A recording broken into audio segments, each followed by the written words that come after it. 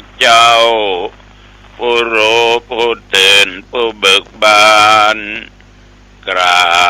บพระพุทธสวากขาโตภควตาธัมโมพระธรรมเป็นธรรมที่พระผู้มีพระภาคเจ้าตรัสไว้ดีแล้วธัมมังนัมสสามิข้าพเจ้านมัสการพระธรรมกราบพระธรรมสุปฏิปันโนภควโตสาวกสังโฆพระสงฆ์สาวกของพระผู้มีพระภาคเจ้าปฏิบัติดีแล้วสังฆังนัมมามิข้าพเจ้านอบน้อมพระสงฆ์กราบพระสงฆ์มาตาปิตุคุณังอะหังวันทามิข้าพเจ้ากราบวันทาบิดามารดาที่มีพระคุณด้วยความเคารพกราบพ่อกราบแม่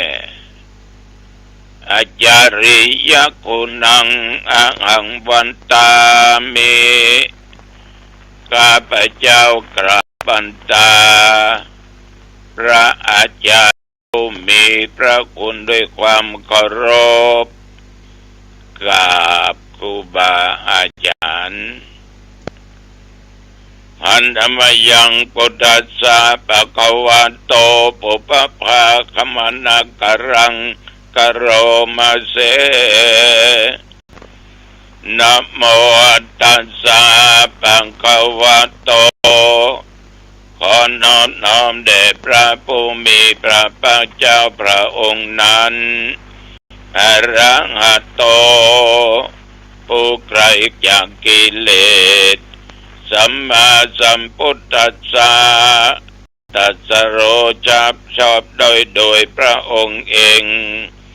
นะโมตัสสะภะคะวะโตขอน้อมน้อมแด่พระผู้มีพระภาคเจ้าพระองค์นั้นอะระหะโตผู้ไกลจากกิเลสสัมมาสัมพุทธัสสะตรัสรู้ชอบได้โดยพระองค์เองนะโมตัสสะภะคะวะโตขอน้อมน้อมแด่พระผู้มีพระภาคเจ้าพระองค์นั้นอะระหะโตผู้ไกลจากกิเลสสัมมาสัมพุทธัสสะตรัสรู้ชอบได้โดยพระองค์เองพุทธังสรณังคัจฉามิธัมมังสรณังคัจฉามิสังฆังสรณังคัจฉามิทุติยัมปิพุทธังสรณังคัจฉามิทุติยัมปิธัมมังสรณังคัจฉามิทุติยัมปิสังฆังสรณังคัจฉามิตติยัมปิพุทธังสรณังคัจฉามิตติยัมปิธัมมังสรณังคัจฉามิตติยัมปิสังฆังสรณังคัจฉามิอิติปิโสภะคะวะอะระหังสัมมาสัมพุทโธวิชชาจรณะสัมปันโนสุขโตโลกวิโทอนุตตโรปุริสธรรมสารติสัทธาเทวมนุษย์สานังโพธิโตภควาติยันโดนิมิต ตังอวมังคะลันจะโยจะมันโปสกุนัสสัสสะโตปาปักขะโหตุสุปินังอาการตังพุทธานุภาเวนะวินาสเมนตุสวากขาโตภะคะวะตาธัมโมสันติติโกอัตตาลิโกเอหิปัสสิโกโอปัญญิโกปัจจตังเวทิตัพโพวินยูหิติยันตุนิมิตตังอวมังคะลันจะโยยามนาโปสกุณาสัสสะโตปาปักขะโหสุจุปินังอาการตังธรรมานุภาเวนะวินาสเมนตุสุปฏิปันโนภะคะวะโตสาวกสังโฆอุชุปฏิปันโนภะคะวะโตสาวกสังโฆญายปฏิปันโนภะคะวะโตสาวกสังโฆสามีจิปฏิปันโนภะคะวะโตสาวกสังโฆยติตังจัตตาริปุริสยุคานิอัตถปุริสปุคลาเอสะภะคะวะโตสาวกสังโฆอาหุนายโยปาหุนายโยตักกินายโยอัญชลีกรณีโยอนุตตรังปุญญาเกตังโลกัสสาติยันตุนิมิตตังอวมังคะลันจะโยจามนาโปสกุนัสสัสสะโตปาปักขะโหตุสุปินังอาการตังสังฆานุภาเวนะวินาสเมนตุสักกัตตัวพุทธรัตนังโอสัตถังอุตตมังวะลังกิตังเทวมนุษย์สานังโพธเตเจนะโสตินานัสสันตุปัฏฐวาสัพเพทุกขาวุปัสสะเมนตุเตสักขะตัวธรรมมรัตนังโอสัตถังอุตตมังวรังปริราหูปัสสมบันังธรรมเตเชนะสดทินานาจันตุปัฏฐวาสัพเพพยาวุปัสสะเมนตุเตสักขะตัวสังฆรัตนังโอสัตถังอุตตมังวะลังอาหุนายยังปะหุนายยังสังฆเตเจนะโสตินานัสสันตุปัฏฐวาสัพเพโรคาวุปัสสะเมนตุเตนาทิเมสรนังอัญญังพุทโธเมสรนังวะลังเอเตนะสัจจวัตเตนะโหตุเตชยมังคลังนัตถิเมสรนังอัญญังธรรมโมเมสรนังวะลังเอเตนะสัจจวัตเจนะโหตุเตชยมังคลังนัตถิเมสรนังอัญญังสังโฆเมสรนังวะลังเอเตนะสัจจวัตเจ เคนะโหตุเตชยมังคลังอาติอุณอาสวิจโยธรรมโมโลเกอนุตตโลสัพพสัตติตัทธายตังตังขันอาอิเตวะเตปริปัตเจลาจตันเตอมนุตเสอิปาวะเกปยักเกนาเกวิเศภูเตอากาลมะละเนนวาสัพพะสมามะละนะมุตโตตะเปตวากาลมาริตังตัดเสวะอานุภาเวนะโหตุเตโวสุขิสัทธาสุทธสิลังสมาทายธรรมังสุจริตังจเรตัสเสวะอานุภาเวนะโหตุเตโวสุขิสัทธาลิขิตังจินติตังปูชังทาละนังวัจจังครุงปะเลสังเทสนังสุตวาตัสสะอายุปวัตติติภวตุสัพพมังคลังรักขันตุสัพพเทวตาสัพพพุทธานุภาเวนัสสัทธาโสติภวันตุเตภวตุสัพพมังคลังรักขันตุสัพพเทวตาสัพพธรรมานุภาเวนัสสัทธา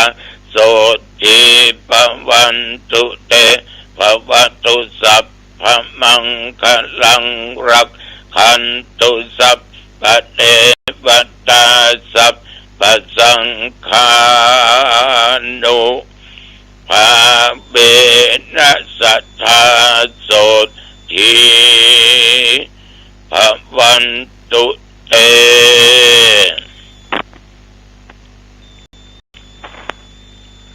โดยเดชานุภาพ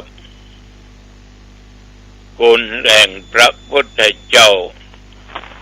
โดยเดชานุภาพคุณแห่งพระธรรมเจ้าโดยเดชานุภาพคุณแห่งพระสังฆเจ้าบทสวดมนต์อันศักดิ์สิทธิ์ยันตุนิมิตตังสกัดนัตถิเมและอัตถิอุณัสสวิจโยขอมนต์ประกาศเหล่านี้จงศักดิ์สิทธิ์พุทธานุภาพธรรมานุภาพสังฆานุภาพจงมากำจัดยังโรคภัยไข้เจ็บที่เกิดในสรีระร่างกายของข้าพเจ้าและของญาติของโยมทุกท่านทุกคนหมอรักษาก็บ่หายกินยาก็บ่หายขอพุทธานุภาพธรรมานุภาพสังฆานุภาพมนต์อันศักดิ์สิทธิ์จงกำจัดสิ่งเหล่านี้อันตรธานสัวหายข้าพเจ้าและโยมมีความสุขกายสบายใจแม้นว่าเดินทางไปเหนือใต้ทุกออกไกลและไกลทุกสลอกทุกกองไปก็มีชัยกลับมามีโชคมีลาภอยู่ปราศจากโลกภัยอุปัติภัยอุทกภัยอัคคีภัยบาตภัยภัยต่างๆอย่าได้มาใกล้และมากายมีความสุขกายสบายใจด้วยจำเริญด้วยสติและปัญญาก็ตั้งตัวตนอยู่ในความประมาทจำเริญด้วยอายุวันนะสุขะพละยิ่งขึ้นไปโดยจิมเตอร์กรมอุตุบอกตักเตือน เรื่องฝนเรื่องลมก็ควรระมัดระวังแต่วันนี้ก็มีน้อยเดียวที่บริเวณวัดหนองตองใกล้เคียงมีลมแรงพัดเอาสิ่งบางอย่างจนล้มลงไปป้ายติดก็ล้มฝนมีน้อยเดียวอิดมอดแต่ก็หมูสึกนับตั้งแต่ตะวันมาจนถึงปัจจุบันว่าเดี๋ยวนี้24 ชั่วโมงโยมและอาตมาต่างก็ผ่านมาและต้องผ่านต่อไปจนอายุได้120 ขวบเข้าพระวสสันต์ท่านทั้งหลายตะวันนี้ฉันเจ้าแล้วก็ไม่ได้ไปไหนฉันเพลแล้วก็อยู่วัดแต่ก็มีญาติโยมมาทำบุญคล้ายวันเกิดและมาถวายเทียนจุดบูชาพระรัตนตรัยในเทศกาลเข้าพรรษานี้ตกเย็นมาก็ออกวัดไปแสดงธรรมะในหมวดมรณคถาณงานข่าวดำบ้านประแดงตำบลหนองตองหางดงเชียงใหม่นโมทนาต่อญาติต่อโยมที่เพิ่นเดินทางมาจากปทุมธานีและญาติโยมทุกท่านทุกคนได้ตั้งอกตั้งใจฟังธรรมะตั้งแต่ต้นจนอวสานเพราะถ้าคืนที่ผ่านมานั้นทั้งเทศทั้งสวดใช้เวลา1 ชั่วโมงทั้งไหว้พระทั้งหับศีลตลอดจนการนิพพานกะได้1 ชั่วโมงทั้งเทศและทั้งสวดเพราะว่าส่วนหนึ่งอาหารทางใจส่วนหนึ่งอาหารทางตาทางหูเพราะมีดนตรีแบบพื้นบ้านพื้นเมืองประยุกต์ได้แห่กันฉะนั้นตุเจ้าก็มามองกันว่าต้องแบ่งเวลาถูก1ต้องมีธรรมะอยู่ในจิตในใจเมื่อได้ยินฟัง2ก็ได้ฟังเสียงดนตรีเข้าตั้งโสตประสาทคือหูเหมือนกันทุกคนเสร็จแล้วพรแล้วก็เลยกลับมาจำวัดตามปัจจุบันว่าเดี๋ยวนี้วันนี้โรงเรียนเทศบาลหางดงจะได้ถวายเทียนจะรถมารับทุลุงไป8 โมงป่ายโรงเรียนสีสว่างบ้านกวนให้ได้ทุกเจ้าตื่นไปเนอะบ่ายโมงโรงเรียนต้นแก้วประดุงวิทยาตำบลขุนคงศพแม่ข่าคณะครูจะพานักเรียนมาทำบุญถวายเทียนเข้าพรรษาอย่าลืมเนอะญาติโยมท่านทั้งหลายวันนี้วันพรุ่งนี้ที่วัดพระสิงห์นั้นวันนี้ได้อบรมสมโภชน้ำสงฆ์พระราชทานพระธาตุเจ้าวัดพระสิงห์ทำโดยพระไตรพระราชทานมีการตั้งแห่ขบวนน้ำพระราชทาน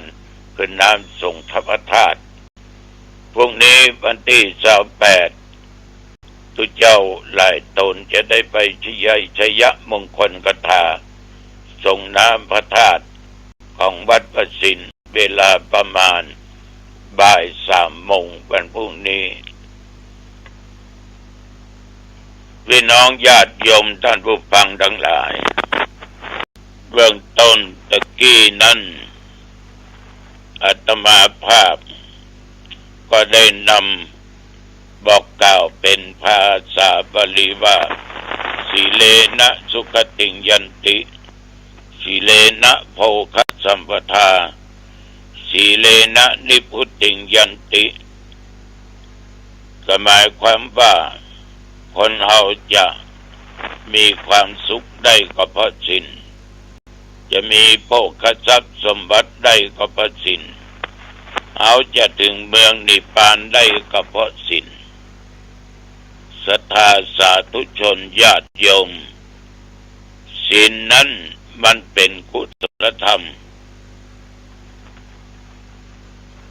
มีสิ่งที่ดีๆที่เกิดขึ้นในด้านกายด้านวาจาด้านจิตใจศีลนั้นทำให้เกิดความปีดีปราโมทย์เพราะมันบ่เดือดร้อนใจถ้ามีกับใครคนไหนคนใดมีความประโมทย์ความอิ่มเอิบเป็นผลเป็นอานิสงส์มีปิติเป็นผลเป็นอานิสงส์ปิติมีปัสสติคือความสงบใจใจเยือกใจเย็นใจดีใจนิ่งเป็นผลเป็นอานิสงส์ปัสสติมีความสุขมีความสุขถ้าบุคคลไหนบุคคลใดมีศีลอยู่ในจิตในใจของตัวเองญาติโยมมันจะมีความสุขชาตินี้และชาติหน้านี้ก็เป็นอานิสงส์ของการที่บุคคลได้รักษาศีลศีลนั้นยังทำให้คนเราเนี่ยญาติโยมมีสมาธิมีความตั้งมั่นเอาง่ายๆจิตใจนั้นไม่หวั่นไหวไปตามกระแสอารมณ์ต่างๆมันคงเพราะเอามีศีลเป็นพื้นฐานจิตจึงมั่นเป็นสมาธิแล้วศีลนี้ญาติโยมก็ยังสามารถที่จะบรรลุได้ถึงความที่เรียกว่ามีความสุขมีพระนิพพานเป็นที่สุดเพราะศีลนั้นสามารถดับกามตัณหาราคะตัณหาดับความวิปลาสทุกสิ่งทุกอย่างได้คนใดมีศีลอันเป็นบุญเป็นกุศลปฏิบัติย่อมเป็นพระอรหันต์ได้โดยตามลำดับฉะนั้นสาธุชนญาติโยมท่านผู้ฟังในวาระนี้ขอเมตตาเจริญพรจงมารักษาศีลกันถามว่ายากก็มันไม่ยากอยู่ที่จิตที่ใจของญาติของโยมคือสัจจะวาจาแก่ตัวเองว่า3 เดือนเนี่ย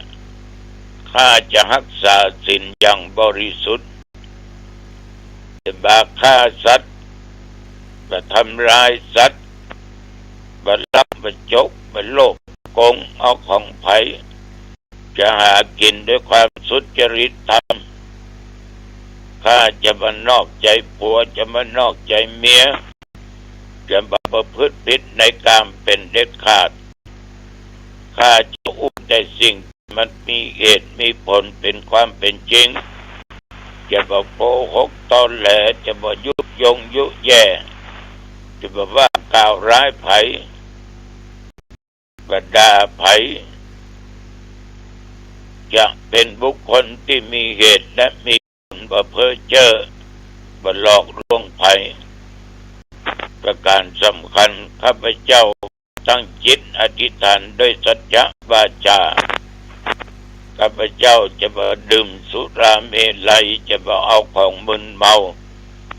ข้าพเจ้าจะบ่เสพฝิ่นกัญชาเฮโรอีนยาบ้ายามะ ในเทศกาลเข้าพรรษา3 เดือนญาติโยมก็ลองจามดูแล้วโยมจะเห็นความเปลี่ยนแปลงแปลกเกิดขึ้นในชีวิตของคุณโยมเพื่อนพ้องชาวบ้านมิตรแก้วสหายคำได้หูได้หันได้อู้ได้จาคนเหล่านั้นจะต้องคิดว่ามันเปลี่ยนแปลงเพราะรัศมีของศีลนั่นน่ะมันส่อออกมาทั้งกายทั้งวาจาทั้งด้านจิตใจของโยมมันจะเยือกเย็นมันจะบ่ร้อนฉะนั้นศีลสามารถดับความร้อนต่างๆได้อันนี้ญาติโยมจึงขอฝากเจริญพรเนอช่วยกันรักษาศีล5ให้รักษาคนนั้นได้เอาบางรักษาเอาก็ได้อานิสงส์นี่ฝากไว้เอาละอันว่าเป็นเวลาพอสมควรอายุวันโนสุขังพลังพบกันใหม่นะโยมนะโอกาสหน้า